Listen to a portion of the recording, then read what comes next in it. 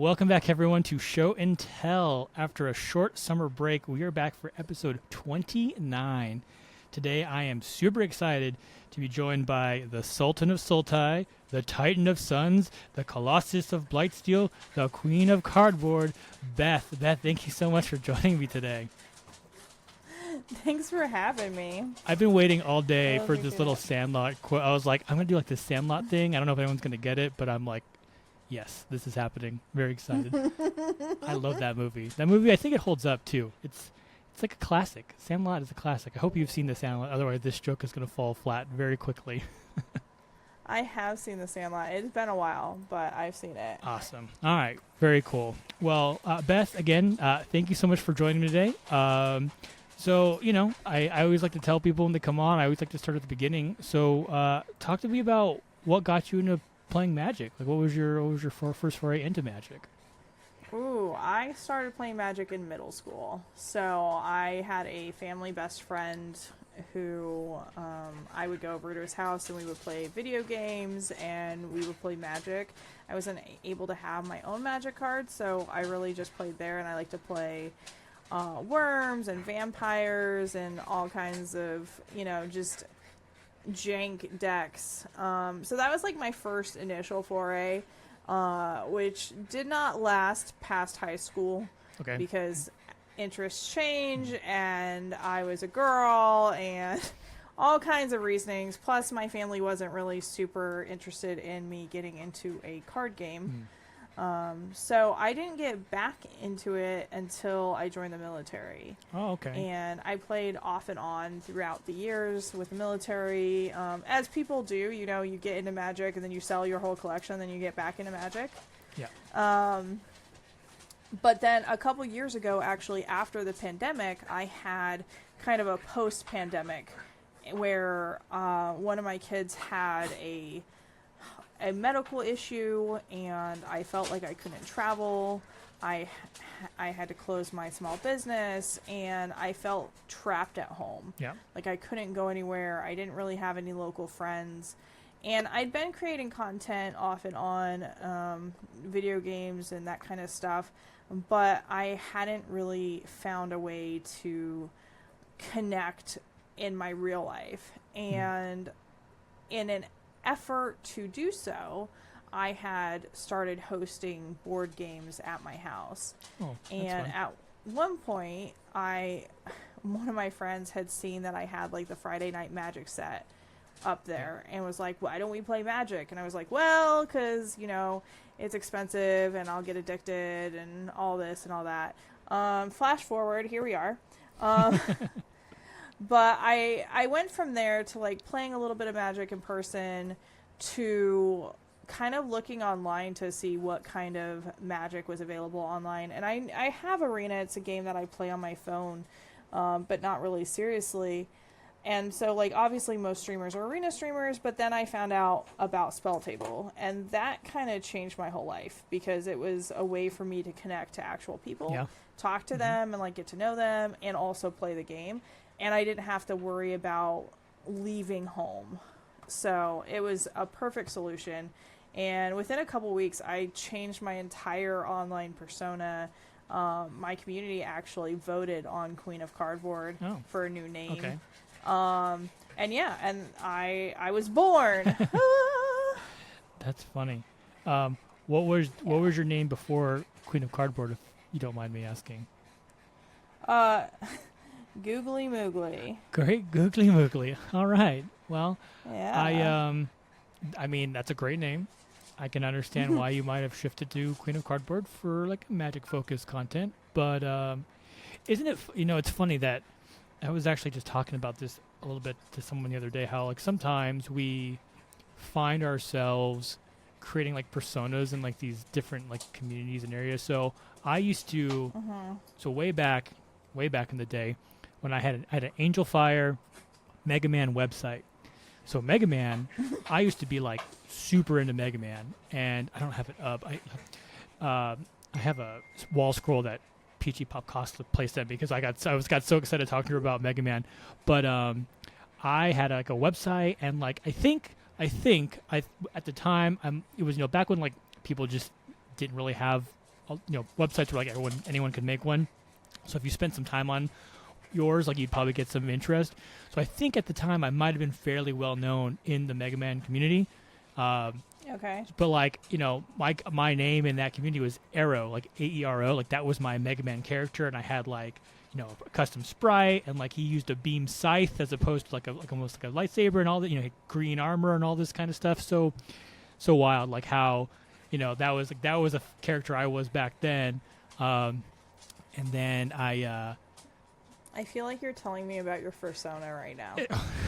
It's very similar. It's same idea, I think. It's probably how these things kind of get made. You come up with these, like, you hit on something that you like, but yeah, it's just like you kind of. Well, that was like when I started doing magic stuff. I converted most of my things to show and tell, because that was a card. I started playing during the Urza block, so I was like, what's like a very like Urza-y known card? I was like, oh, show and tell is like a fun, like, it's kind of a double entendre, right? Because like I do this show where like you can tell me about your what you do, and like you can kind of show me, but it's like these the synergy was there. But it's funny how we find ourselves in these roles as we kind of like find different hobbies. I don't know. It's an interesting, like, if I was there to do a master's on sort of like psychology of how we project ourselves, I think there might be an interesting like route to go, talking to different content creators and like how they bounce around different communities or something like that. So anyways, Yeah, this kind of, yeah. So Googly Moogly to Queen of Cardboard, very fun. So what? Okay, so you played in the military. I don't think I realized. What was the magic scene in the military like? Was that like were there a lot of people who played, or was it like a small group of people? So for me, it was a small group of people. There's actually a huge military scene now, and Greg Sablon, who's on the CAG, actually runs a online military scene. Okay. So there's a lot of military members who play Magic. For me, I was playing kitchen table, sitting at, with 5 to 6 people playing what I think, if I'm remembering correctly, is a version of Commander. Okay.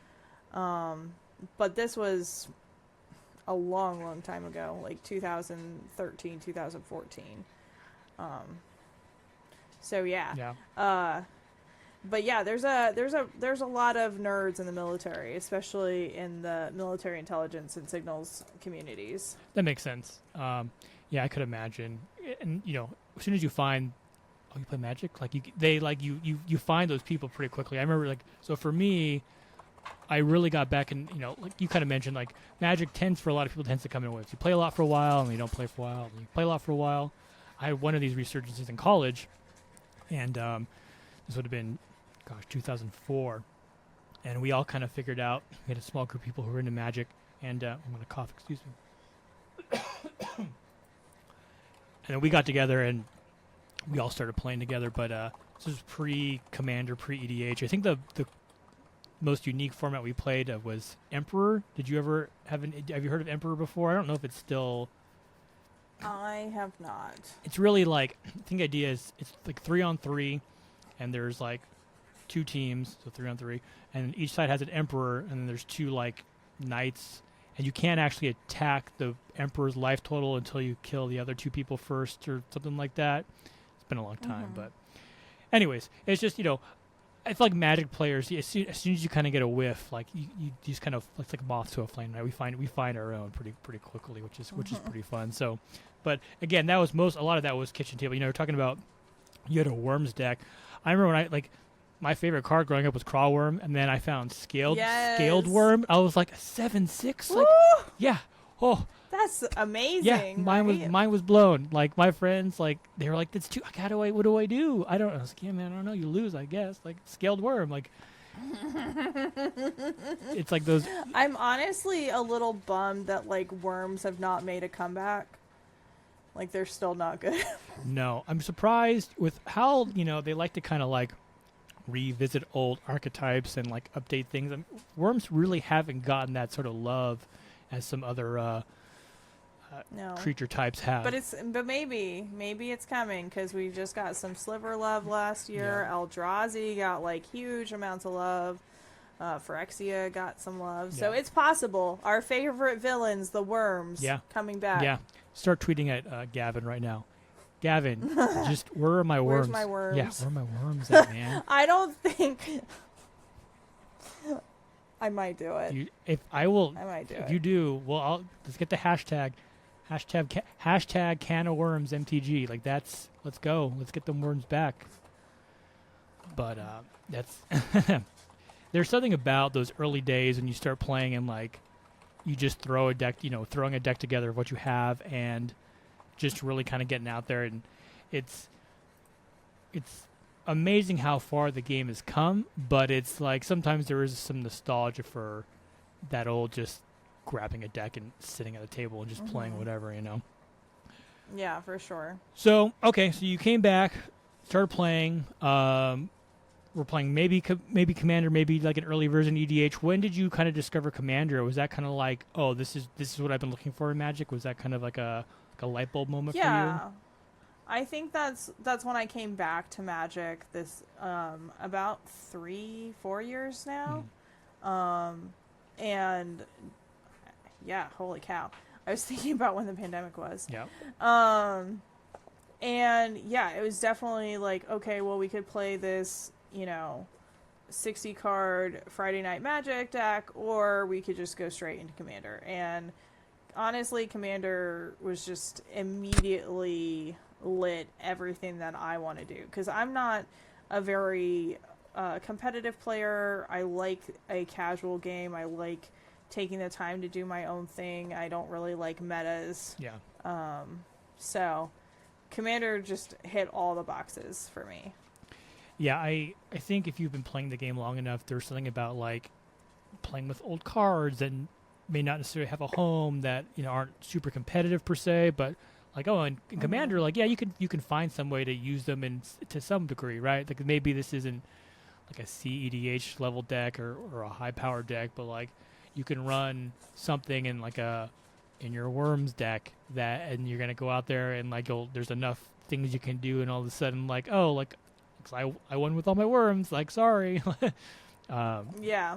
So yeah, it's funny, like it's not funny, I guess, but like obviously the pandemic, I think, has, considering we were all kind of stuck inside, definitely I think spawned a lot of like people kind of coming into Magic content creation. And to your point earlier about Spell Table, I've seen a lot of people say, Spell Table in a lot of ways may have saved Magic, right? Like being able to play over, and it's I don't even think it's really the playing part that was like important. It was like, oh no, we can get friends together. It was like the social aspect that we had been missing, right? That as close as you can get to like sitting down at a table together, you can kind of get on Spell Table, get a game going, and then further with like with Twitch, like being able to engage in a community, rotate people in and out, which kind of leads me to my sort of next question is like, I've played with you on your stream, and like I've had a very fun time.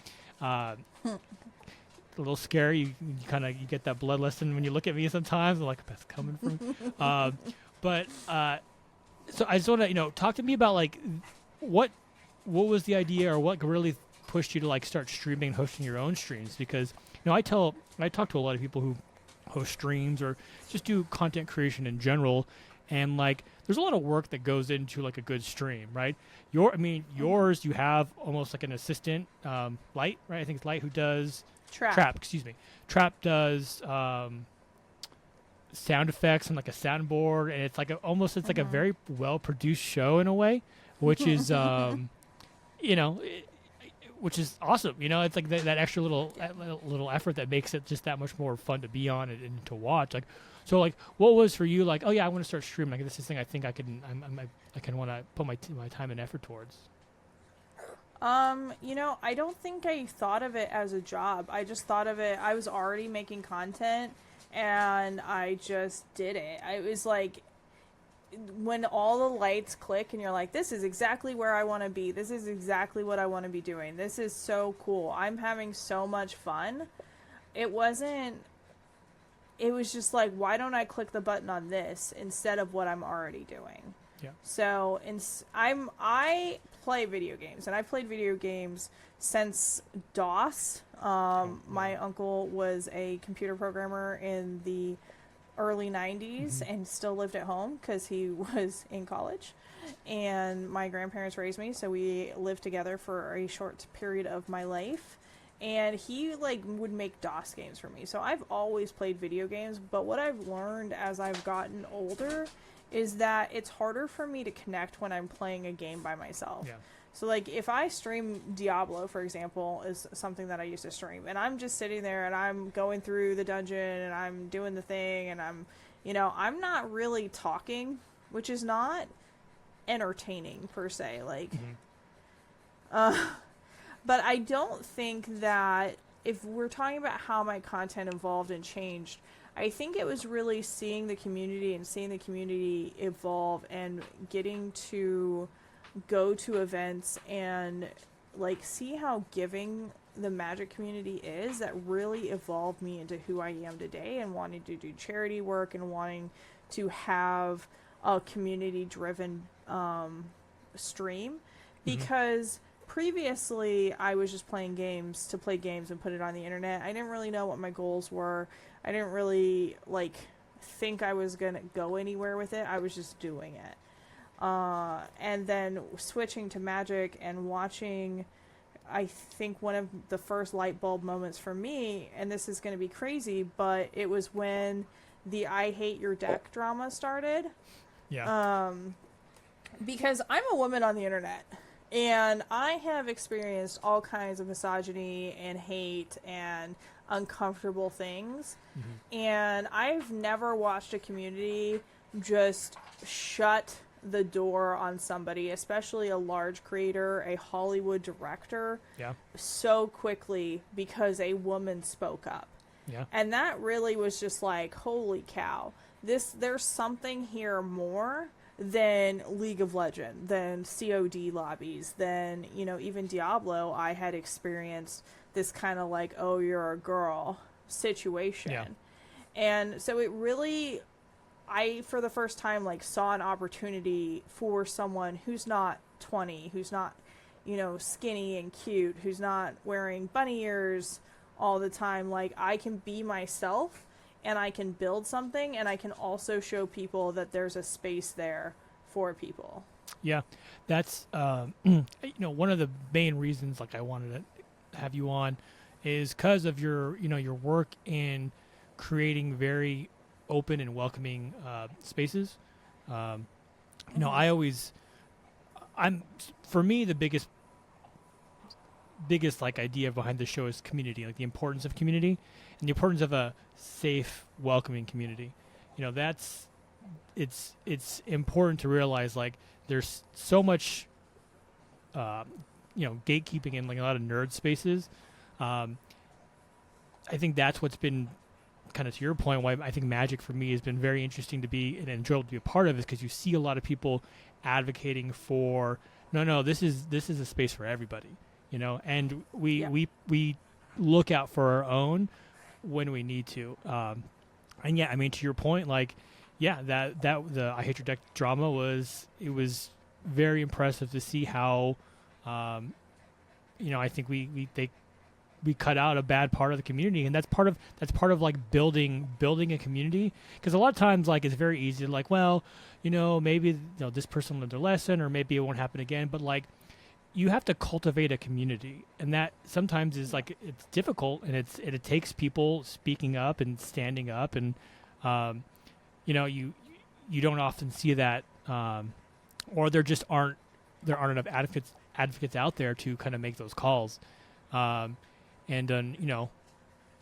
unfortunately, sometimes people may, for right or wrong, be looked at, in unfortunate ways. But like, those are the foundations of a community. And like, I think it's really people who understand like what we're all trying to do here.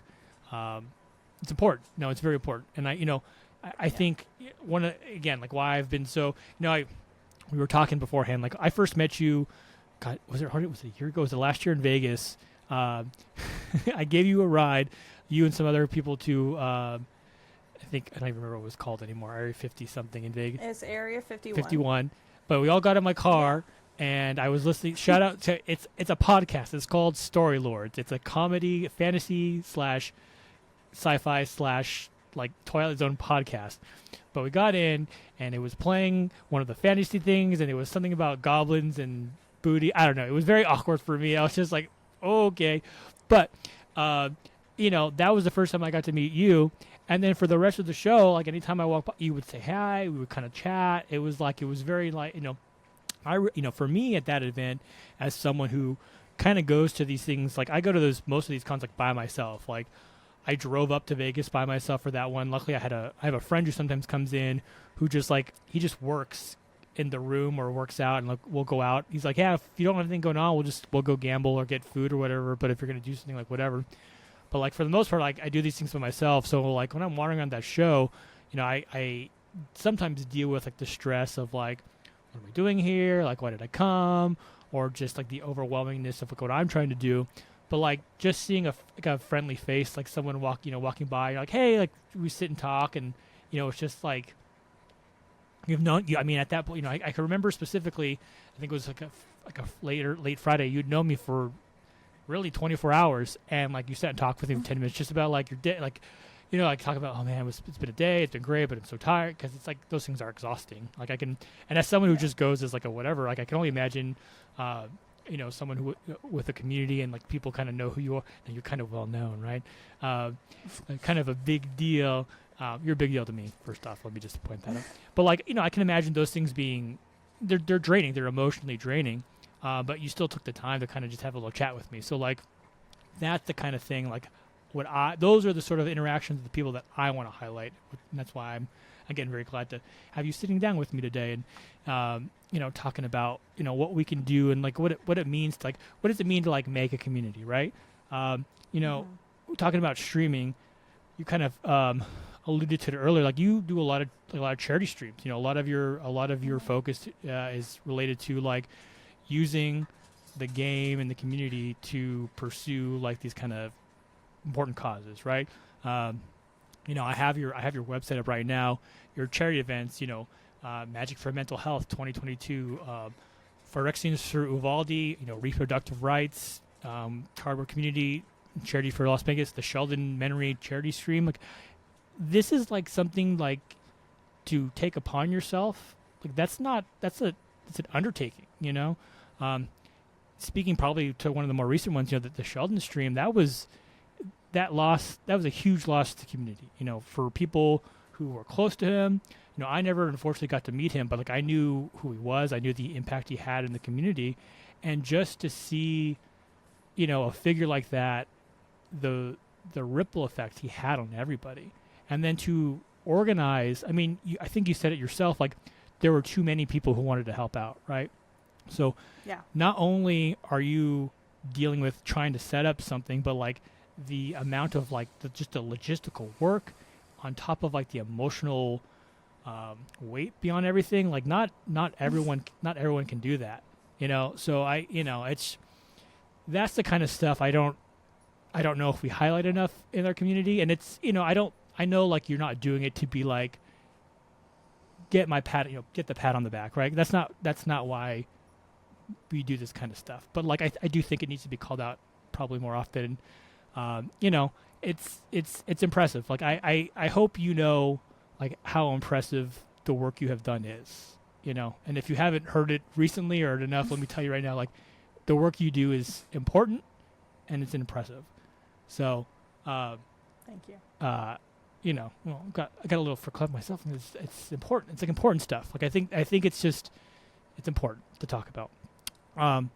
But like let's talk about charity streaming. Like was that always something that you were like interested in doing? Was that like what you like kind of a benefit of, like, because you build a community, like you have like to have an audience, like that's a kind of cool thing to be able to do sort of stuff. Like what has been your experience doing kind of charity work, via Magic or any other experience maybe you want to speak on?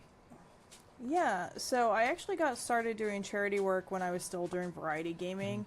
And I follow a streamer named Jambo who does a lot of variety gamings, and she's probably one of my favorite variety streamers. She's just awesome and funny and awkward, and every year she does St. Jude. Okay. Yeah.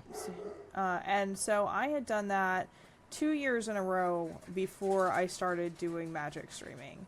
And one of the reasons why is because there's a business to streaming. Like, streaming, if you're doing it, like, you should have fun and you should enjoy it. But at the end of the day, it is a job.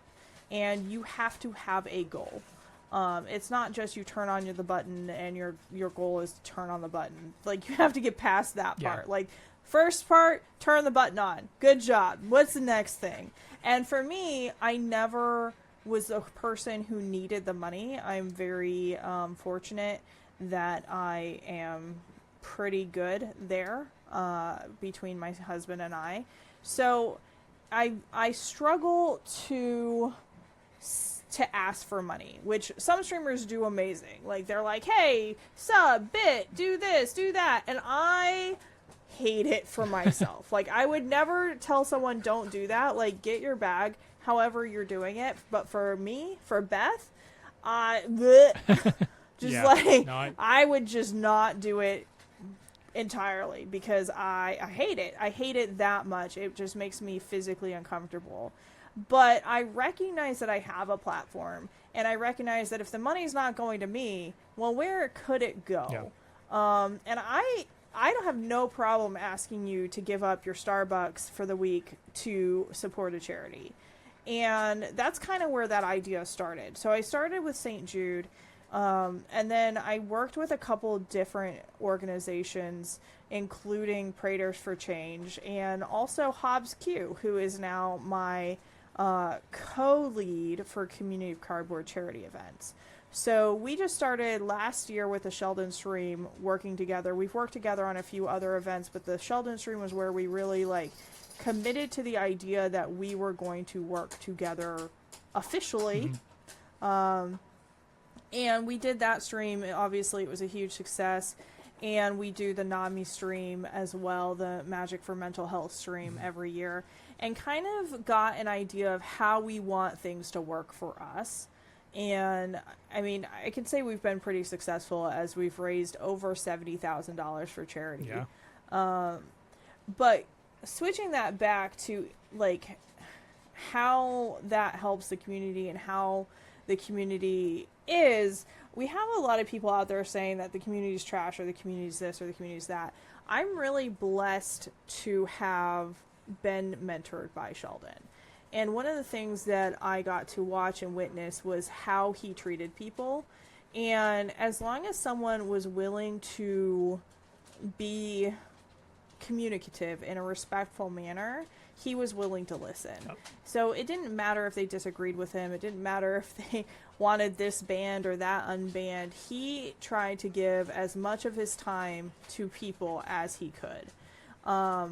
And that's something that I'm not Sheldon, but I can do certain things. And one of the things I like to think that he taught me well is to bring people together. Yeah. And what I've learned in the year since his passing is that I don't have to be Sheldon because the community together is strong enough to hold that space. And they are able to work in all of the different ways that Sheldon did. There's people, running the RC stream. Jim is out there working with the format. Logan is making connections and making sure people are connected with all their tech support. Bobby Christine is hosting loads of women and marginalized gender people in Birds of Paradise. I have Community of Cardboard. There's She EDH. There's all these groups, Praters for Change, that together are this mesh of people working for a good cause. And I think the most important thing to realize is that the community is not one big group of people. I don't know every single person who plays Magic. I may have met them, but meeting someone and knowing someone is not the same. Yeah. But I do know that the people that I keep around me, that I know, that I get to know, that I impress some part of me onto, that we're making change for the better. And we're doing that by cutting out bad actors. We're doing that by keeping our spaces safe. Spaces safe, yeah. Spaces safe we're doing that by putting good out into the world, because I don't really think that you can affect change by standing up and screaming into the void. No, that's And it's always all yeah. that does is cause divisiveness. All that does is make people upset, whether they agree with you or disagree with you. Now people are fighting.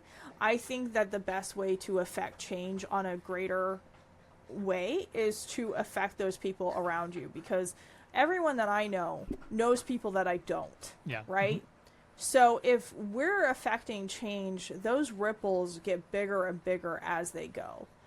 And I think it's also important to have people to keep you humble, because I have to have people in my space that disagree with me. I have to have people who are willing to tell me when I'm wrong, because otherwise everything that I'm doing is for the wrong reasons, or it can become twisted to be self-glorifying and self-satisfying, which I'm not going to lie, it is very satisfying to be a voice within the community. It is awesome to see the good that I do. I know that I do good in the community, but you just need to keep it on the level. Like, I'm still just Beth. Yeah. And I can't do it alone.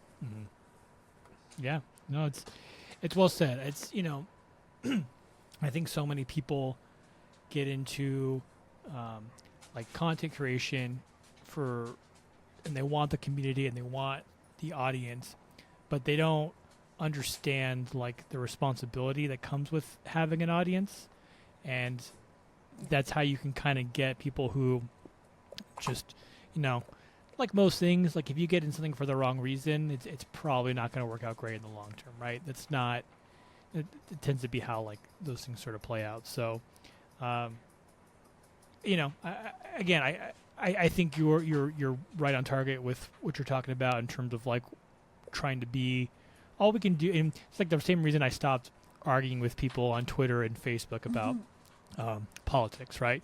It got to, you're never going to win that argument. You're never going to convince someone or the Russian bot you're talking to or whatever to change their mind. And you're just wasting your own time and your own energy. So the best thing you could do to affect change is, like you said, start small, right? Grassroots, people around you, and those sort of things, those small efforts you can make. That's how you can start building out and again, creating the community you really want to be a part of, and you want to be available and open to people. So, I think you're right on with that. So I'm glad, to be able to see and be in your community and kind of watch you do this stuff and support you where I can. I think you're doing great work. So, like I already gushed earlier, I'm not going to gush anymore. Keep that ego. Please don't. Keep that ego in check a little bit. So,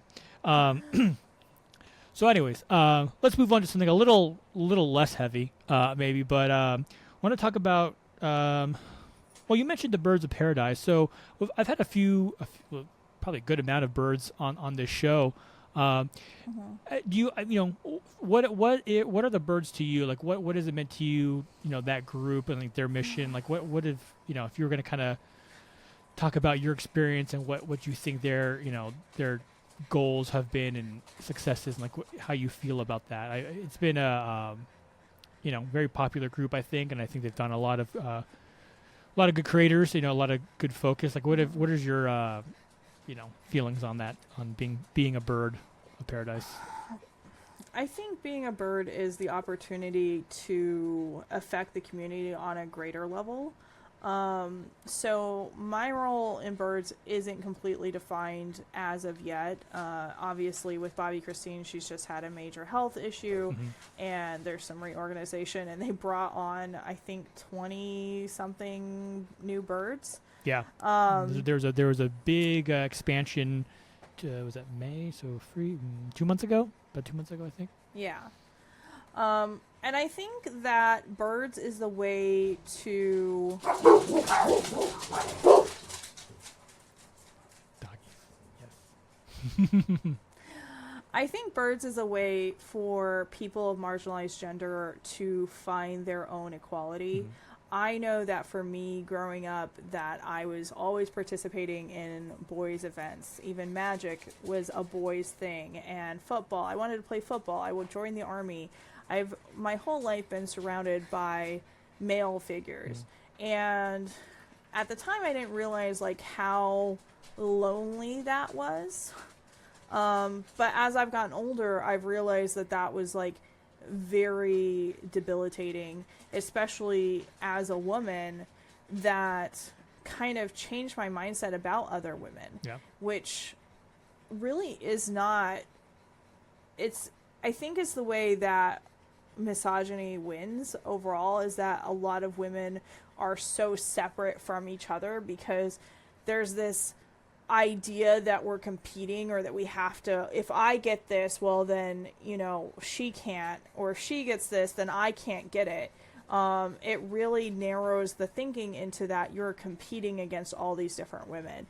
Whereas Birds is like this group that brings together people who are marginalized, who are struggling with this outside hatred and these outside problems, like certain subreddits that I don't really want to talk about, or, the idea that girls don't play, or did your boyfriend build that deck, or even, being marketed to, women aren't marketed to in the Magic scene. Yeah.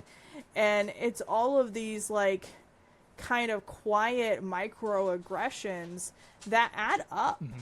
And there's a reason why we don't see a lot of competitive female Magic players. Why we're just now starting to see that, because in part to the VML. Yep. And I think like Birds and the VML coming together to have a safe space in Chicago, that was the coolest thing I've ever seen in my entire life. I've never seen a major event have a space for women, trans people, non-binary people to feel safe.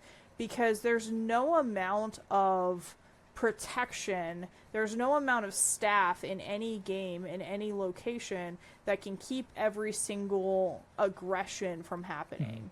It's just not possible. You can't have an employee on every single woman in the space, or every single trans person in the space. And even though a lot of Magic companies and Magic WotC themselves is really good at after the fact handling it, it's almost impossible to handle it before the fact, right? Yeah. So having a safe space where you know that you're going to be treated well, where you know that you're not going to experience those things, and it's going to be, if anything were to happen, it's handled immediately, is just, there's no words for how meaningful that is. And I think it's really important to note, because we talk all about representation. Women representing players in the space is so important, and not just young women, not old women, not skinny women, not fat women, just women. Like, when you look at something to do, you want to see someone who looks like you, who acts like you, who talks like you, who has the same goals as you. And it's really important, because women are silenced so much and treated so poorly, to continue to stand out. And it's easier to do together. And I think that's the main thing that Birds does. In addition to, they also provide funding to make sure that creators can get to these places, that they can go. So I think it's the only creator-driven group in Magic that's doing that outside of the New Perspectives grant. Mm-hmm. Yeah, very good points. Definitely, I've touched on it in past podcasts, but like representation does matter. Like it's so understated what someone, in a hobby, seeing someone that looks like them, sounds like them, like how that affects how you perceive that game, right? Or that hobby or whatever you're trying to do. It brings a whole nother level of enjoyment and inclusivity that, someone like me, right? I am just cis white hetero guy, right? I see myself everything that's probably ever existed. I can see myself in. So to me, it's it'd be real easy for of course girls can play. Like, why would they? But I think about Star Wars a lot. I think about the sequel trilogy, and I think about Rey Skywalker. I think about like Mm-hmm. how she was a Mary Sue, she was too strong, like all this stuff, and it's like, yeah, but you know what? I went to Disneyland and I saw a little girl dressed as Ray, just like bawling, hugging a Ray um, character walking around, and I was like, well, that's the point. Like, that's what this means, you know. Yeah. Um, that's the kind of stuff, and like, I think the idea of like a group of creators, you know, stronger together, right? It's there's power and there's Exactly. power in numbers. So that's again that's the kind of stuff that like, you know, it's there's an emotional investment, but I'm it's good to I'm glad to see it's out there, and like I think um, it's another like great cause and great idea, and I'm glad, and it's just another one of those like shining examples of like why it's so cool to be playing Magic. You know, like I think Yeah. that's the kind of stuff. Like yes, like we need more of that. We need more support for that kind of stuff. So it's just it's yeah, it's just it blows my mind sometimes, just like how understated the idea of representation can really be to some people. It's just Yeah. you know it can be frustrating, but you know I'm glad there are people out there advocating, and you know I know I try to support the birds when I can, but it's good. I think those are the sort of groups that really are kind of a indicator to like where we are going as a community and like what we're trying to do here. You know. Yeah. For sure.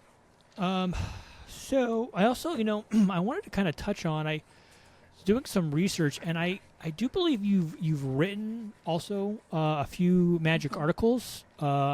Yes. I have, you know, EDH Rec, Cool Stuff Inc., Commander's Herald. I always find, Mhm. um, you know, so I'm into like really into basketball. I'm a big basketball guy. So like I'll read articles about the Lakers and mostly the Lakers because all the other teams I like kind of suck. Other than Glasgow Celtics, Scottish Premier League. But it's you know, what's to me I think about like like you read articles about Magic. It's like what's the difference between reading an article about the Lakers and reading an article about you know a new deck idea? There's like the general concept is the same in terms of like what people can the enjoyment someone can get out of it. You know, so I'm always interested in like the writing aspect of Magic. What have you found like writing articles? Like what's that process been like for you, or how do you how do you enjoy Mm. writing? Or is there a particular thing you like writing about? Or are you kind of like, oh, I get an idea and I try to pitch it somewhere? Like what's being a like, Magic writer been like for you? So in my experience, generally you have prompts that they want you to work Mhm. with. So when I first came on with EDH Rec, I was writing the pre-con upgrade guides. And that is a lot of work for one person, Mhm. especially someone who travels as much as I do. So now I write more evergreen content, and that kind of allows me to work at my pace and my speed. Yeah. And so I write primarily for EDH Rec and Commander's Herald, and I kind of follow prompts that my editors give me. Mhm. So with both of these organizations, it's a bigger organization, so you have prompts that they want you to write or decks that they want you to write about, and of course you can pitch ideas. Actually, the Play EDH and See EDH article was my idea to pitch, and I pitched it to my editor. That was an insane article that got a lot of viewership and was honestly one of the harder articles to write because I really wanted to write that from a more neutral perspective, as it was a third party kind of news article was what I was attempting to write. Yeah. it was definitely my first time doing an article like that. I also write People You Need to Know, which is an idea that I had talked to Sheldon about when he was still alive and we never got to it, which was the idea of there's so many content creators out there that you might never hear about Yeah. if they don't get a platform.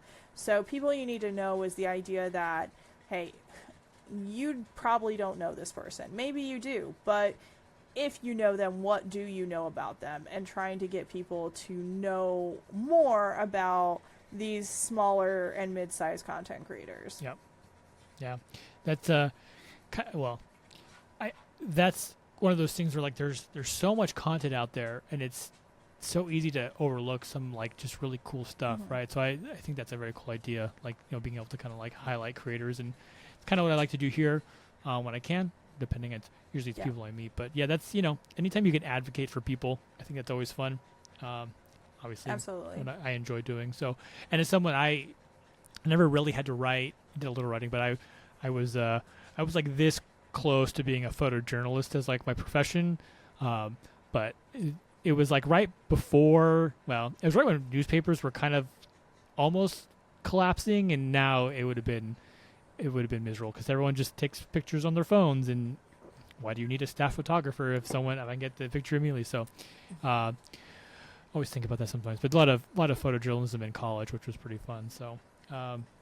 Always have a respect for writers because there's a lot of, but I don't think people realize like articles, there's a lot of, a good article, a lot of research goes into writing a good article. It's not just like, let's sit down and crank out this thing in half an hour and send it off. Like, no, no, no. Like there's a lot of work behind the scenes that kind of go into crafting a, well thought out through line through a story.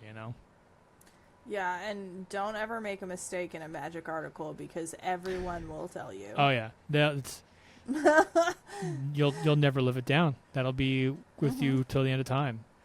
Yep. Magic players are ruthless when it comes to mistakes. Excuse Yep. me, Wrath of God costs 4 mana value, not 5. What are you thinking? Oh, God. Anyways, so I wanted to, as we kind of flow through here. I didn't have a good transition there. If you couldn't tell, long day. I always like to talk to people who I think are fairly established creators. Like, if you could give advice to like a new and up and coming creator or streamer, like what do you wish you maybe would have known when you started like really kind of dive? And I'm going to put you on the spot a little bit here, or maybe you've got something ready to go. We'll find out. But just, any sort of like nugget of wisdom that you could maybe pass along to like a new or up and coming creator.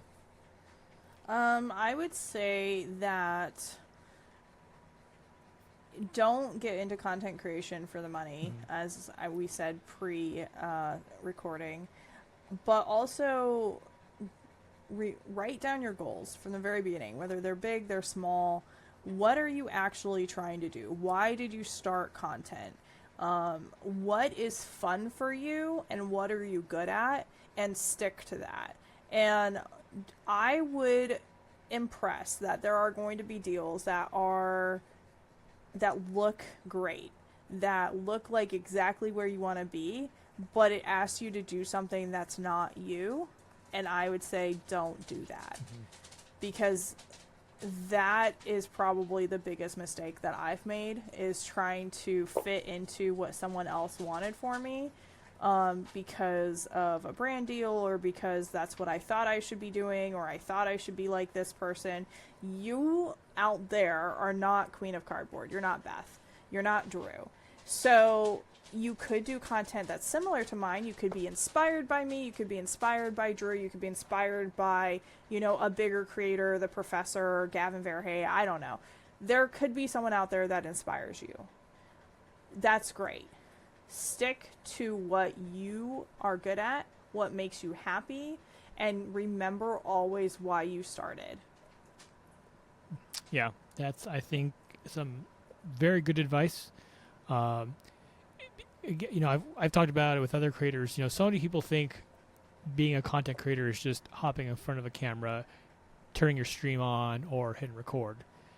But it's not. There's more to it. There's more planning involved. There's more logistics. There's more just, kind of like you said, like be intentional with your content. Be intentional of like what you're trying to do, what you're trying to convey. Because that, I think that's the difference. I think when you see a creator who really enjoys what they're doing, it's because they can they can stay true to like what they're trying to do, versus like, someone who's like, let's grab any brand deal we can, and here's my code for this, and here's my code for that, and Yeah. it's tough, and like I know I'm sure sometimes like you got to do what you got to do, but if you there's intentionality, I think, makes a big deal in content creation. At least that's been The only person you have to answer to at the end of the day is yourself. Yep. So if you want those deals and you want to go that way, then do that. Like, I just think the comparison to other people is really where the bad brain starts to happen. And Yes. I think also holding yourself to impossible tasks is where the bad brain starts to happen. Yep. Like, please don't get into this for the money. If the money happens, great. That's amazing. But, like, stick to yourself. Yes. They say comparison is the thief of joy, and that's the easiest way to sap any joy from making stuff is just, oh, well, why is this person doing this or getting this, or why is mine whatever. That's never going to be, you're never going to be really happy with what you're doing if you constantly compare yourself to others. You just got to do your own thing, and if it works, great. And sometimes things don't work, but like as long as you're happy with what you're doing, like that's probably going to be more important. Yep. So, Beth, again, thank you so much for sitting down with me this evening. So what I like to do a lot of times when I have people come on, they get to choose a charity of their choice. So you chose Trans Lifeline. So what I'm going to do is going to the show and tell show. We're going to make a small donation to Trans Lifeline as just like a small sort of gesture to kind of support a cause that you have advocated for in the past.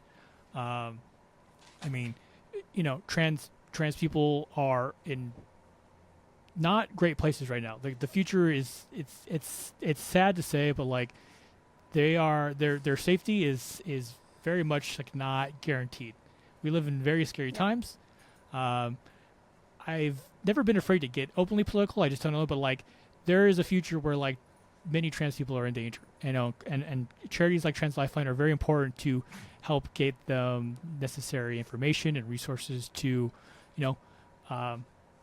get necessary and sometimes life-saving healthcare and information. Like it's ridiculous state of affairs that it's kind of where we are in the world right now.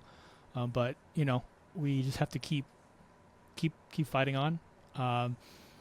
It's tough and it's sad, but that's where we are. So. Again, it's a small way we can kind of help contribute. And again, I know you've advocated them a lot, so we'll be doing that. Thank you. Additionally, I'm going to use the magic of video editing and pop up my community board right here. And so what I like to do with people I have on is some way that I can kind of continue to support you even after the show is done. Is I'm going to subscribe to your Twitch channel. So that way it's just a small way for, even after this episode's uploaded and it's, gone through, I can kind of continue to support you in a small way, to help, keep pushing forward and, keep doing streams and keep doing, charity streams and keep just pushing the community forward. So, I will be doing that probably when I remember before I get this uploaded, or by then for sure. But yeah, so just that way I'm always there with you one way or another. Thank you. Yeah. So again, thank you so much for coming on. I hope you had a time. I had a great time talking with you. Where is the best? I will link all your stuff below. But what's the best place or best way to find you? Probably queenofcardboard.com. My website has all of my social links and more information about what I get up to. Oh, I'm back. Look at that. Like and subscribe. Like and subscribe. I'm just gonna slot this in randomly. It's gonna be such a bad edit. Okay.